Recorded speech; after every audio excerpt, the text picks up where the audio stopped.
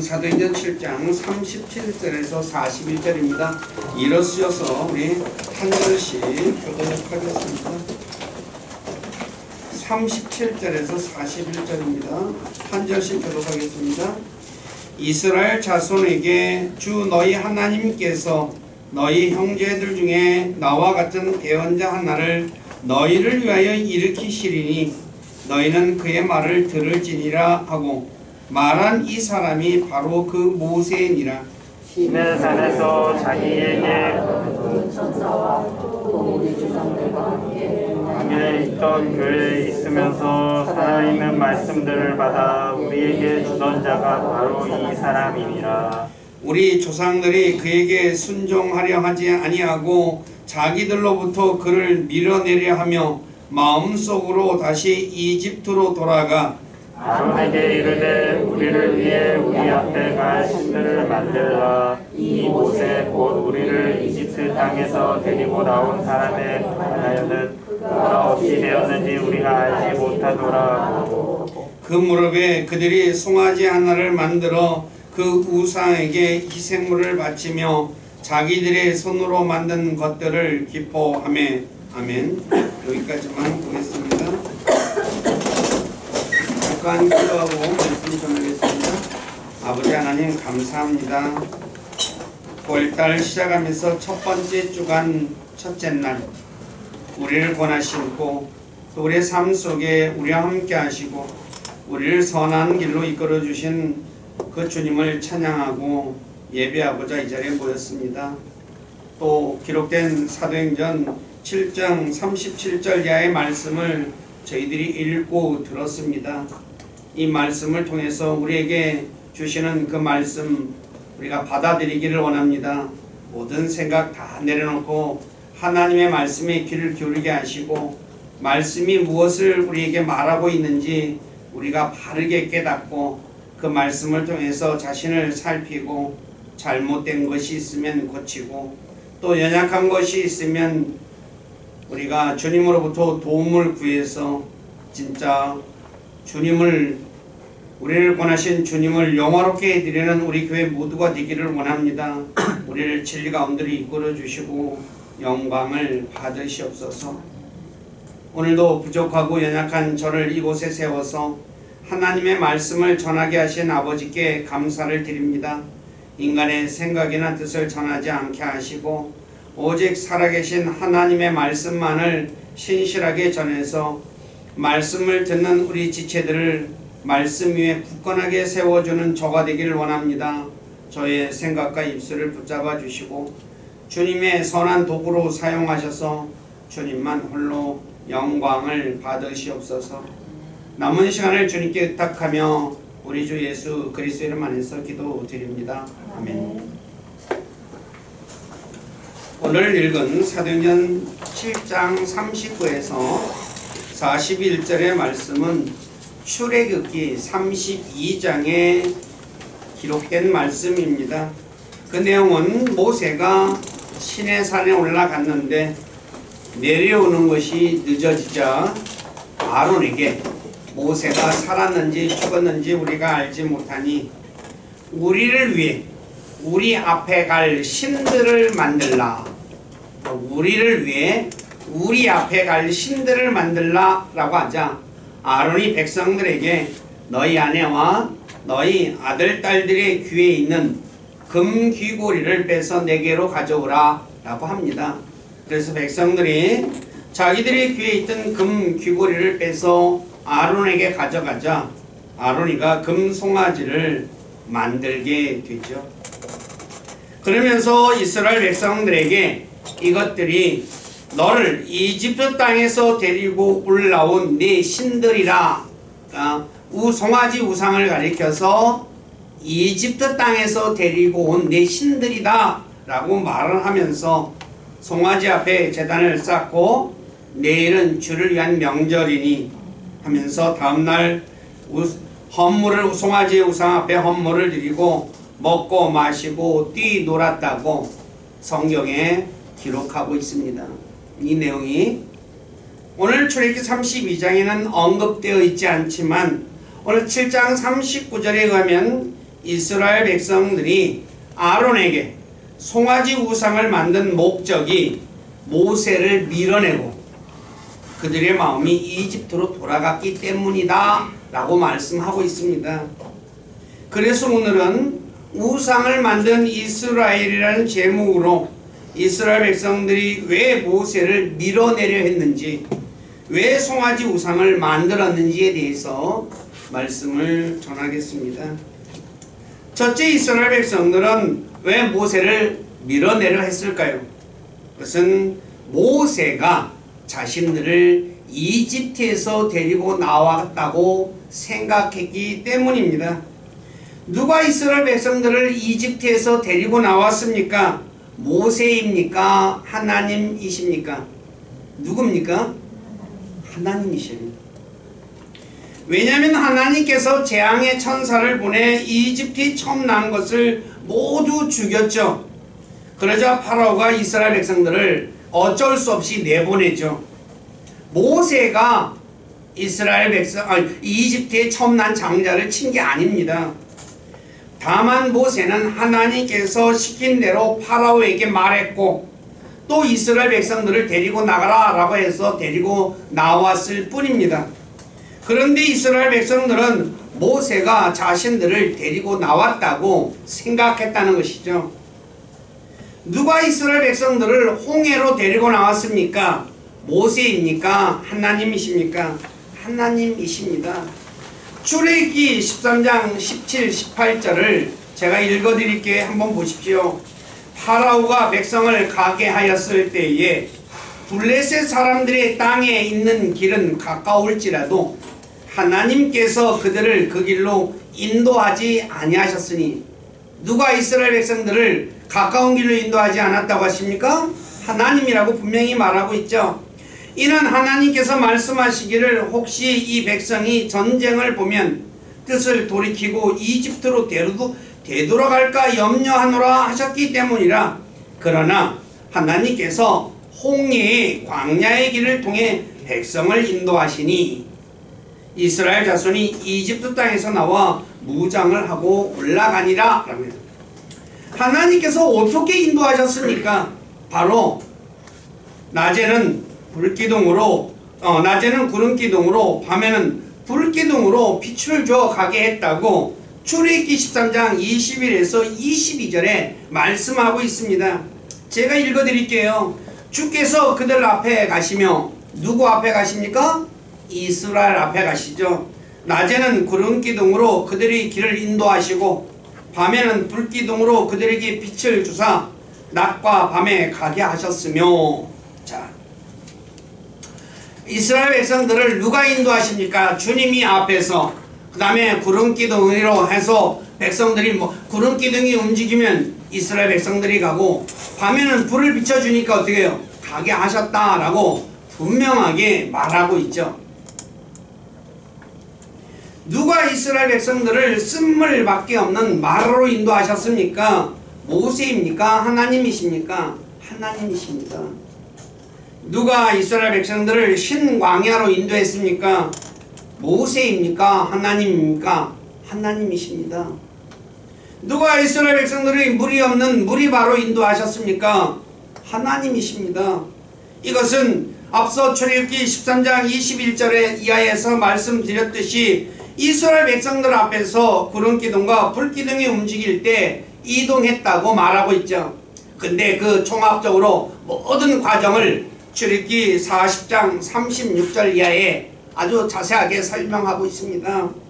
구름이 성막 위에서 떠오를 때에는 이스라엘 자손이 자기들의 모든 여정에서 앞으로 나아갔으니, 구름이 떠오르지 않을 때에는 구름이 떠오른 날까지 그들이 이동하지 아니하였으며, 구름이 떠오르면 이동하고 안 떠오르면 어떻게 돼요?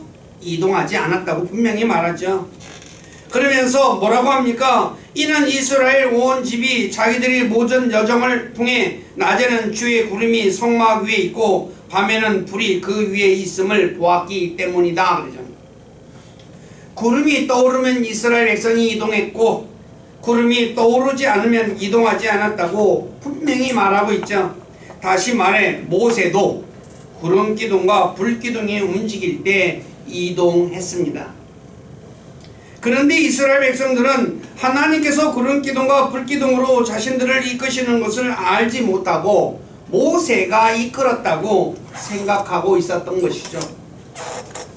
그래서 쓴물밖에 없는 마라에 도착했을 때 모세에게 불평하며 뭐라고 하냐? 우리가 무엇을 마시리오 했으며 신광야에 도착했을 때에는 먹을 것이 없자 모세와 아론에게 너희가 이 광야로 우리를 데리고 나와 이 전체 지폐를 무리를 굶주려 줄게 하는도다 했으며 르비딤에 도착했을 때 마실 물이 없자 모세와 다투며 우리에게 물을 주어 마시게 하라 라고 했던 것이죠.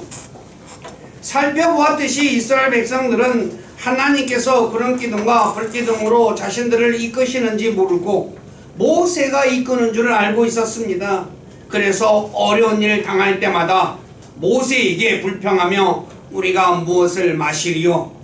또 모세와 다투며 왜 우리를 광야로 데리고 나와 굶어 죽게 하느냐? 또 우리에게 물을 주어 마시게 하라 라고 요구했던 것입니다. 오늘 저와 여러분들은 어떻습니까? 자신의 삶에서 어려운 일이 발생할 때 누가 자신에게 어려운 일을 겪게 했다고 생각하고 있습니까? 나한테 어려움을 준 사람입니까? 아니면 하나님이라고 생각하고 있습니까? 사람이 아니라 하나님이십니다. 이것을 놓치면 하나님의 선한 뜻을 발견하지 못하고 자신에게 어려움을 준 사람을 향해 이스라엘 백성들처럼 불평하며 다투게 된다는 것입니다. 이게 신앙생활의 키포인트입니다. 그러나 자신을 인도하신 분이 하나님이심을 아는 사람은 왜 하나님께서 나를 이런 곳으로 인도하셨지? 왜 하나님의 선한 뜻은 무엇이지? 라고 하며 하나님께 나아가서 하나님의 선한 뜻을 찾게 되는 거죠. 제가 이거 그리스도인의 삶을 통해서 아주 자세하게 설명드렸던 것이죠. 근데 이거 이해를 못하는 분들이 너무나 많은 것 같아요. 그런데 오늘 본문 자세히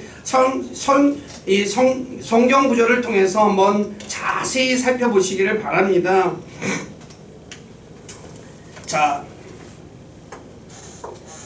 여러 번 말씀드렸듯이 욥에게 일어난 엄청난 사건들, 예를 들어 스바 사람들이 쳐들어와서 욥의 종들을 죽이고 빼앗아간 일, 하늘에서 불이 내려와 양들과 종들을 태워 죽인 일, 갈대아 사람들이 쳐들어와서 종들을 죽이고 낙타를 빼앗아간 일, 광야에서 큰 바람이 불어와 집을 무너뜨려 욥의 자녀들이 죽은 일, 이 우연히 일어난 일입니까? 재수가 없어서 일어난 일입니까? 결코 아니라고 성경은 말씀하고 있죠. 하나님께서 허락해서 사탄이 행한 일이라고 분명히 말하고 있어요. 그렇다면 하나님의 자녀들인 그리스도인들에게 우연히 일어나는 일은 없습니다. 욥처럼 모를 뿐입니다. 욥은 이 재앙이 일어날 때 몰랐습니다. 그러나 아다시피 나중에는 욥이 왜 그것이 일어났는지 알게 되죠. 바로 하나님의 선한 뜻이 있었다는 것이죠. 욥은 처음에 자신에게 왜 이렇게 엄청난 일이 일어났는지 몰랐습니다. 그러나 우리는 욥기를 통해서 하나님께서 하신 일인지 알고 있습니다. 그렇게 그리스도인들은 자신에게 어려운 일이 일어날 때 사람에게 불평하고 다투지 말고, 저와 여러분, 우리 부부간에도 싸우는 일이 뭐 때문에 싸워요? 어려움을 부부가 예를 들어서 남편이 잘못하든지 아내가 잘못해가지고 왜 당신이 이러냐 하면서 대판 싸우잖아요. 그리고 어떻게 해요? 못 살겠다 하면서 막 싸워요. 왜 싸워요? 그 사람이 배우자가 나에게 이런 어려움을 줬다고 생각하니까 싸우는 거죠. 근데 그렇게 하면 답이 없습니다.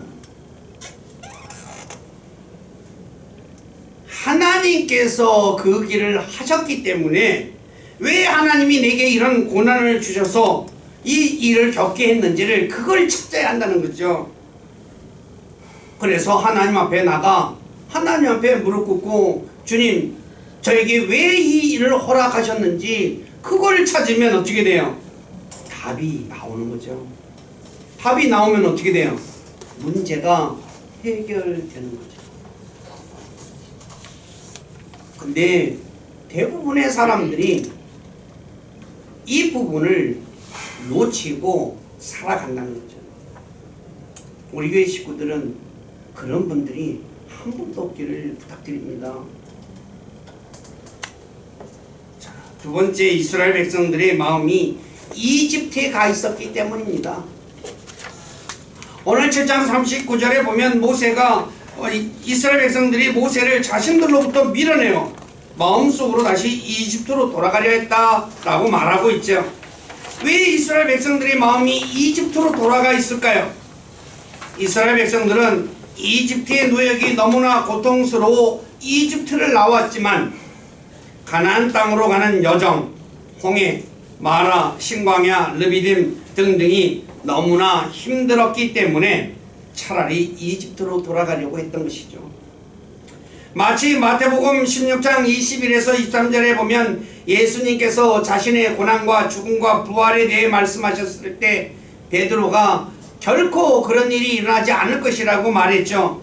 근데 예수님께서 베드로에게 뭐라고 하십니까? 사탄아 내 뒤로 물러가라 라고 말씀하시면서 네가 하나님에게서 난 일을 좋아하지 아니하고 사람에게서 난 일을 좋아했기 때문이다. 여기서 좋아하다라는 단어가 영어로 savour라는 단어를 씁니다.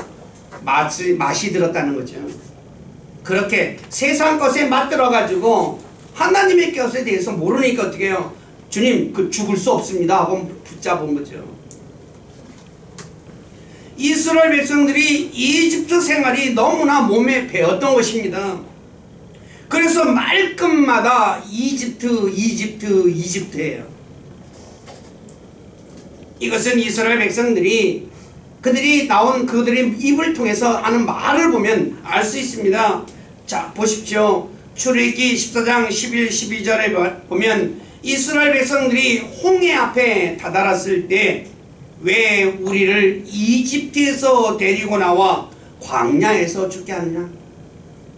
또 우리가 이집트 사람을 섬기는 것이 광야에서 죽는 것보다 낫다라고 얘기를 해요. 뭘 얘기하고 있어요? 이집트. 또 출애굽기 16장 1에서 3절에 보면 신광야에 도착했을 때 먹을 것이 없어 굶었죠. 그러니까 뭐라고 합니까? 우리가 차라리 이집트 땅에서 고기손 옆에 앉았던 때와 빵을 배불리 먹던 때에 주의 손에 죽었다라면 좋았을 텐데. 세상에서 그러니까 이 땅에서 그냥 그때 주님이 우리를 데려갔으면 좋았을 텐데 너희가 이 광야로 우리를 데리고 나와 이 전체 집회의 무리를 굶주려 죽게 하는도다 라고 얘기해요. 또 출애굽기 17장 1에서 3절에 보면 르비딤에 도착해서 물이 없었을 때 뭐라고 합니까? 모세에게 왜 우리를 이집트에서 데리고 나와 목말라 죽게 하느냐 라고 얘기해요. 또 민수기 20장 3, 4절에 보면 신 사막에 있는 가데스에 도착했을 때 물이 없어 목마를 때 모세에게 왜 우리를 이집트에서 데리고 나와 죽게 하느냐 라고 얘기를 해요. 더 나아가 민수기 2장 5절에 보면 하나님께서 광야로 데리고 나온 것을 모세와 아론에게 왜 우리를 이 악한 곳으로 데리고 왔느냐 라고 말을 해요. 이스라엘 백성들 입에서 끊임없이 나오는 말이 무엇입니까? 예? 이집트. 이들의 입에 가나안 땅이라는 말이 한마디도 없어요. 하나님께서 이스라엘 백성들을 이집트에서 이끌어낸 목적이 무엇입니까? 아브라함과 이삭과 야곱에게 약속하신 가나안 땅을 주시기 위해서입니다. 가나안 땅이 어떤 땅입니까? 성경에 의하면 가나안 땅은 온 땅의 왕이시며 주인이신 하나님께서 아브라함과 이삭과 야곱에게 약속하신 땅입니다. 창세기 15장 18에서 21절에 보면 하나님께서 아브라함과 언약을 맺으며 내가 이 땅을 이집트 강가에서도 저 큰 강 곧 유프라테스 강까지 네 씨에게 줬느니 하면서 쭉 얘기를 하시죠. 이 가나안 땅을 주기 위해서 어마어마한 땅이죠. 이끌어냈어요. 근데 이 가나안 땅을 그래서 약속의 땅이다 라고 말하는 거예요. 이 가나안 땅은 출애굽기 3장 8절에 보면 아름답고 광대한 땅이며 젖과 꿀이 흐르는 땅이라고 말하고 있어요. 이 가나안 땅은 신명기 10장 10에서 15절에 보면 이집트 땅과 같지 않은 땅으로 이른 비와 늦은 비가 적절히 내리는 땅이며 하나님께서 보살피는 땅이에요.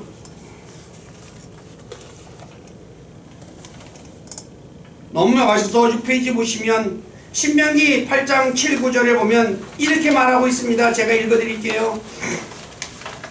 주 네 하나님께서 좋은 땅으로 너를 데려가시는데 그곳은 물 시내가 있고 골짜기와 산에서 흘러내리는 샘과 깊은 곳이 있는 땅이요 밀과 보리와 포도와 무화과 나무와 성주가 나는 땅이며 기름 올리브와 꿀이 나는 땅이니라. 또 그곳은 네가 먹을 빵이 부족하지 않는 땅이요 네게 아무것도 모자라지 않을 땅이며 그 땅의 돌은 쇠요 네가 그곳의 산에서 노을 캐리라. 어마어마한 땅이죠. 그래서 이 가나안 땅을 시편 106편 24절에 기쁨의 땅이다 라고 말하고 있고, 그리고 에스겔 20장 6절에 보면 가나안 땅을 모든 땅의 영광이 되는 곳이다 라고 말하고 있어요. 그런데 이스라엘 백성들은 젖과 꿀이 흐르고 기쁨의 땅이며 모든 땅의 영광이 되는 가나안에 대해서는 말하지 않고 끊임없이 이집트를 언급하고 있어요. 이집트를 나온 이스라엘 백성들이 이집트에 대한 미래를 떨쳐버리지 못한 것은 광야 생활 중에 먹을 것이 없을 때 이집트에서 먹던 음식을 기억하며 그것을 그리워한 것을 통해 알 수 있습니다. 민수기 11장 4, 6절에 제가 읽어드릴게요. 그들 가운데 섞여 사는 무리가 탐욕에 빠지매 이스라엘 자손도 다시 울며 이르되 누가 우리에게 고기를 주어 먹게 할까? 우리가 이집트에서 마음대로 먹던 물고기와 오이와 수박과 부추와 양파와 마늘을 우리가 기억하거니와 이제는 우리 혼이 메마르고 이 만나 외에는 우리 눈앞에 아무것도 없도다 라고 하면서 이집트미를 그래서 민수기 11장 18절에 보면 고기를 먹지 못한 이스라엘 백성들이 뭐라고 얘기하냐? 우리가 이집트에 있었을 때가 좋았다 라고 말해요. 진짜 이집트에 있을 때가 좋았어요? 예? 말이 되는 얘기 안 되는 얘기예요? 안 되는 얘기예요. 왜요? 출애굽기 2장 23절에 보면 이스라엘이 이집트에 있을 때 속박으로 인해 탄식하며 부르짖었다고 말해요. 너무나 고통스러워서 울부짖었어요. 누구에게? 하나님에게. 그런데 뭐라고 얘기해요? 지금 예? 이집트가 좋았다.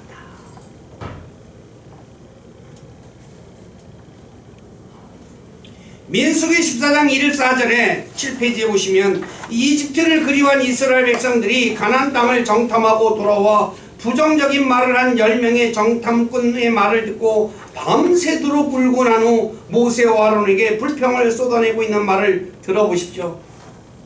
이에 온 회중이 목소리를 높여 부르짖으며 백성이 그 밤에 울었더라. 이스라엘 모든 자손이 모세와 아론에게 불평하며 온 회중이 그들에게 이르되 우리가 이집트 땅에서 죽었더라면 좋았으리라. 우리가 이 광야에서 죽었더라면 좋았으리라. 어찌하여 주께서는 우리를 이 땅으로 데려와 칼에 쓰러지게 하려는가? 우리의 아내와 자녀들이 탈취물이 되리니 우리가 이집트로 돌아가는 것이 낫지 아니하냐 하고 서로 이르되 우리가 대장 한 명을 세우고 이집트로 돌아가자. 왜 이집트로 돌아가려고 합니까? 이집트에 대한 향수가 그들을 지배하고 있었기 때문에.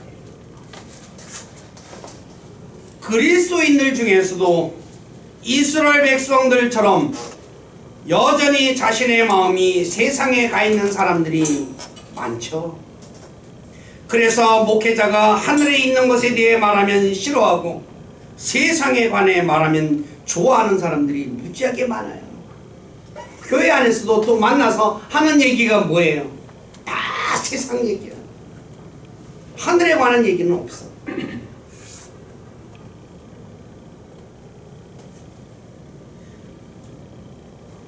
이러한 분들이 깨달아야 할 것이 무엇이냐?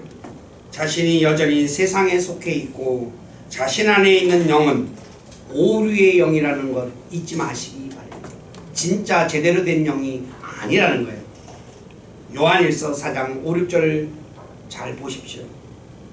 그들은 세상에 속하였으므로 그들이 세상에 대한 말을 하면 세상에 그들이 말을 듣느니라. 우리는 하나님께 속하였은즉 하나님을 아는 자는 우리의 말을 듣고 하나님께 속하지 아니한 자는 우리의 말을 듣지 아니하나니 이로써 우리가 진리의 영과 오류의 영을 아느니라. 저와 여러분들이 내가 지금 어디에 속한 말을 듣기를 좋아하느냐를 보고 판단하셔야 돼요. 저와 여러분들이 예수 그리스도를 믿어 구원받았다 할지라도 내 안에 진리 영이 들어와서 나를 진리 가운데로 인도해 줄 수도 있지만 오류 영이 들어와서 나를 잘못된 곳으로 인도할 수도 있다는 거예요. 그리스도인들이 착각하는 게 뭐냐? 내가 예수 믿으니까 잘못된 영은 내 안에 없다라고 생각하는 사람들이 너무나 많아요. 근데 예수님께서 베드로의 신앙 고백을 듣고 나서 뭐라고 얘기를 해요? 말리니까 사탄아 그러잖아요. 신앙 고백했다고 해서 마귀가 안 들어가는 거 아니에요. 마귀가 들어가서 나를 어디로 해요? 잘못된 곳으로 인도한다는 거죠.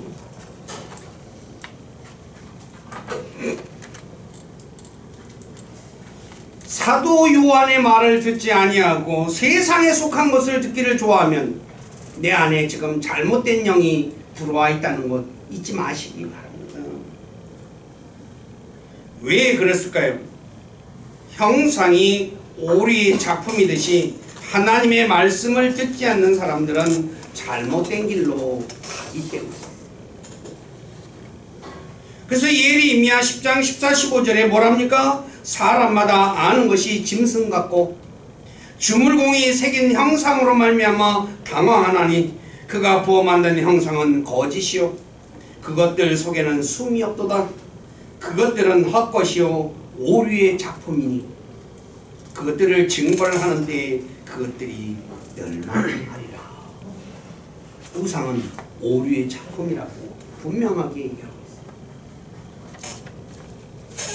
오늘 저와 여러분들은 어떤 한번 보십시오. 주 예수 그리스도를 믿고 난 후 우리의 삶에서 고달픈 일이 발생할 때 하나님께서 마련해 놓으신 하늘의 상속력을 생각하며 모든 어려움을 이겨내고 있습니까? 아니면 옛날이 참 좋았어 하며 옛날을 그리워하고 있습니까? 혹시 옛날을 그리워하고 있다면 자신이 광야의 이스라엘 백성들 수준이라는 것 깨달으시기를 부탁드립니다.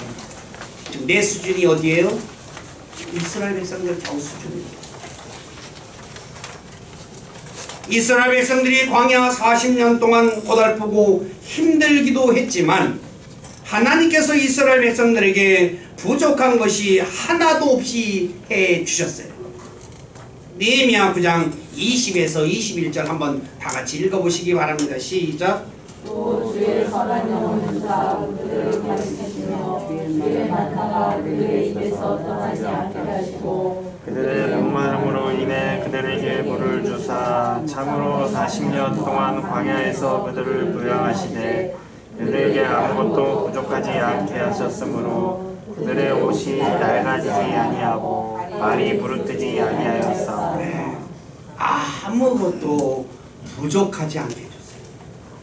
마찬가지로 우리가 구원받고 하나님의 왕국으로 가는 동안 고달프고 힘들기도 하지만 자신에게 부족한 것이 있나 한번 살펴보시기 바래요.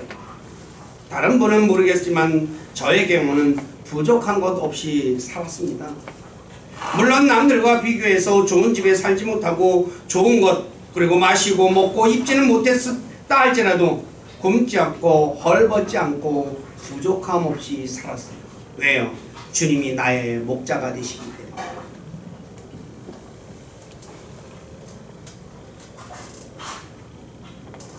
그러므로 먹을 것과 마실 것과 입을 것에 대한 염려는 믿지 않는 이방인들이 하는 것임을 알고 그리스도인들은 하나님의 왕국에 대한 것을 구해야 합니다.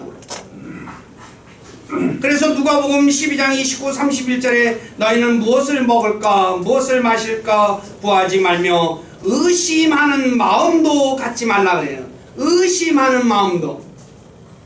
이 모든 것은 세상 민족들이 구하나니 믿지 않는 세상 민족이 구하는 거예요. 너희 아버지께는 이것들이 너희에게 필요한 줄 아시느니라. 오히려 너희는 하나님의 왕국을 구하라. 그래야만 이 모든 것을 너희에게 도와하시리라. 진짜 아멘 하셔야 돼요. 세 번째, 이스라엘 백성들이 왜 우상을 만들었어요? 출애굽기 7장 39절 이하를 읽어보면 시내산에 올라간 모세가 내려오지 않자 시내산에 올라간 모세가 어떻게 되었는지 알지 못하니 아론에게 우리를 위해 우리 앞에 갈 신들을 만들라고 했는데 그 이유는 모세를 밀어내고 그들의 마음이 이집트로 돌아섰기 때문이라고 말씀하고 있듯이 이스라엘로 돌아가려고 이집트입니다. 이집트로 돌아가려고 송아지 우상을 만들었습니다. 어디로 돌아가려고 만들었다고요? 이집트. 제가 잘못됐습니다. 그거 치세요. 그런데 과연 금으로 만든 송아지 우상이 이스라엘 백성들 앞에 이스라엘을 이끌 수 있습니까? 알다시피 송아지 형상은 다리가 있어도 걷지 못하는 것입니다. 시편 115편 4에서 7절을 제가 읽어드릴게요. 그들의 우상들은 은과 금이요 사람들이 손으로 만든 것이라. 그들은 입이 있어도 말하지 못하고 눈이 있어도 보지 못하며 귀가 있어도 듣지 못하고 코가 있어도 냄새 맡지 못하며 손이 있어도 사용하지 못하고 발이 있어도 걷지 못하며 목구멍으로 말도 하지 못합니다. 자, 잘 알다시피 절에 가면 부처 상이 있죠. 눈이 있죠. 봐요. 입이 있죠. 말해요. 손이 있죠. 움직여요. 그 자리에 서 있는 거예요. 맞아요? 틀려요? 자, 송아지 형상.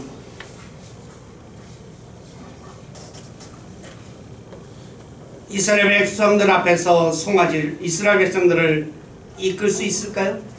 송아지 형상이 이스라엘 백성들 이끌 수 있어요? 없어요? 걷지 못하니까 이끌 수가 없는 거죠. 그렇다면 송아지 형상이 어떻게 움직일까요?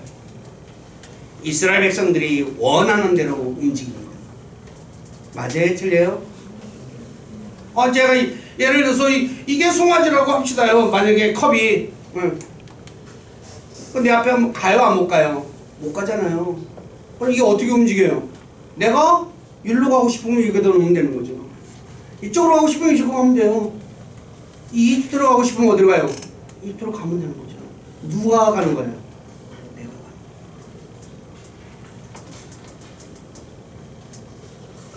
이스라엘 백성들이 이집트로 가고 싶어하니 송아지 형상이 어디로 가게 될까요? 이집트일까요? 가나안일까요? 이집트가 너무나 분명한 거예요. 그 이유는 이스라엘 백성들은 모세를 따라가기 싫고 자신들은 이집트로 가고 싶은데 모세가 있었을 때에는 이집트로 돌아가자는 말을 못했죠. 그죠? 모세가 앞에 있으니까.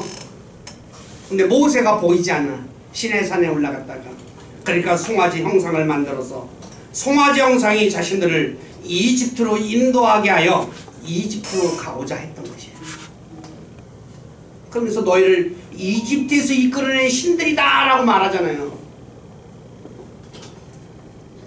여기서 저와 여러분들이 깨달아야 하는 것은 우상을 섬기는 사람들은 우상이 이끄는 대로 가는 것이 아니라 자신이 가고 싶은 대로 우상이 가는 것입니다. 왜냐하면 우상은 말하지도 못하고 걷지도 못하기 때문에. 이해가 되십니까? 그러므로 우상을 섬기는 사람은 우상과 같이 눈이 있어도 보지 못하고 깜깜한 데를 헤매게 되는 것이죠. 그래서 시편 115편 8절에 우상을 섬기는 사람은 우상과 같을 것이다 라고 말하고 있듯이 우상을 섬기는 사람은 눈이 있어도 보지 못하고 귀가 있어도 듣지 못하는 것입니다. 그래서 예레미야 5장 21절에 우상을 섬기는 이스라엘 백성들에게 오 어리석고 지각이 없으며 눈이 있어도 보지 못하고 귀가 있어도 듣지 못하는 백성이요 라고 말했던 거예요. 다시 말해 우상을 섬기는 사람은 우상처럼 눈이 있어도 보지 못하고 귀가 있어도 듣지 못하게 되므로 자신에게 일어나는 일이 왜 일어나는지 깨닫지 못한다는 거죠. 그러므로 저와 여러분들은 우상으로부터 나를 지켜야 합니다. 어떻게 지킬 수 있어요? 예? 우상을 멀리 해야죠. 그래야지 지키잖아요. 오늘 그리스도인들이 여전히 우상 속에 살아있어요. 그러면서 하나님 믿는 날에 양다리 걸치는 거죠. 양다리. 열왕기하 17장에선가 나오죠. 이스라엘 백성들이 양다리 걸친 내용. 오늘 저와 여러분들 한번 잘 새겨보세요. 내가 지금 양다리를 걸치고 있는지, 진짜 주님을 내가 믿고 있는지, 그리고 주님의 인도함을 받고 있고 있는지, 그리고 내 입에서 나오는 말, 사람이 마음에 가득한 것이 입으로 나온다 그랬어요. 오늘 그리스도인들이 교회에서 모여가지고도 하는 내용이 뭐예요? 대부분이 다 세상 얘기예요. 세상 정치, 경제, 하나님에 관한 얘기가 없어요. 가나안 땅에 가는 얘기, 이거 하늘의 상속력에 대해서도 얘기도 안 해요. 근데 성경은 그러한 사람 안에 무슨 영이 들어있다고 말하고 있어요? 오류 영이 들어있다고 말하고 있어요. 제가 그런 얘기하면 어떻게 돼요? 팔딱도 뛰겠죠? 아, 목사님 왜 나보고 그런 얘기하십니까? 근데 내 얘기가 아니라 요한일서 4장에서 정확하게 내가 얘기한 것이 아니라 하나님이 말씀하고 있는 거예요. 부정할 게 아니라 받아들여야 돼요. 그래야 어떻게 돼요? 바른 길로 갑니다.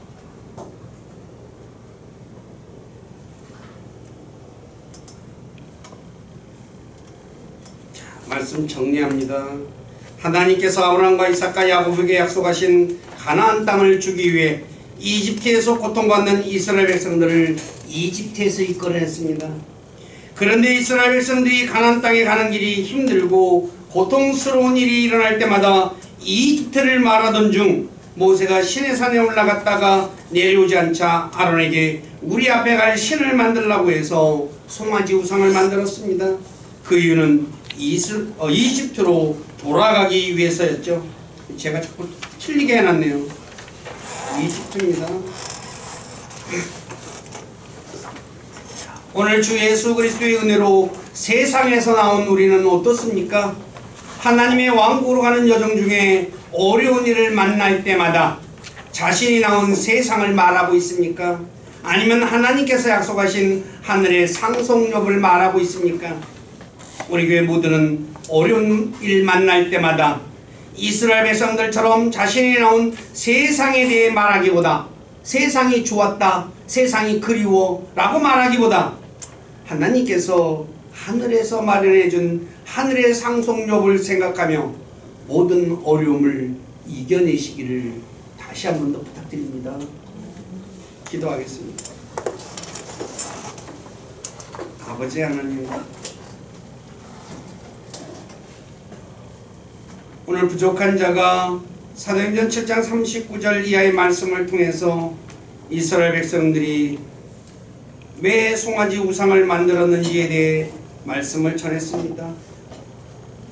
그들은 이집트를 나와서 가나안 땅에 가는 여정 속에 어려운 일을 겪었을 때 그들은 하나님께서 자신들을 인도하시는 줄 모르고 모세가 인도하는 줄 알고 모세를 밀어내기 위해서 송아지를 만들었고 또 송아지 형상으로 만들어서 자신들을 앞에 이끌어서 이집트로 돌아가려고 했다는 것 말씀을 전했습니다. 오늘 우리 역시 주님께서 세상에서 우리를 이끌어내셨는데 하나님의 왕국에 가는 동안의 여정 속에 우리의 삶에서 어려운 일이 발생할 때마다 나에게 어려움을 준 사람과 다투고 또 그들에게 불평하고 있는지 자신을 한번 되돌아보게 도와주시옵소서.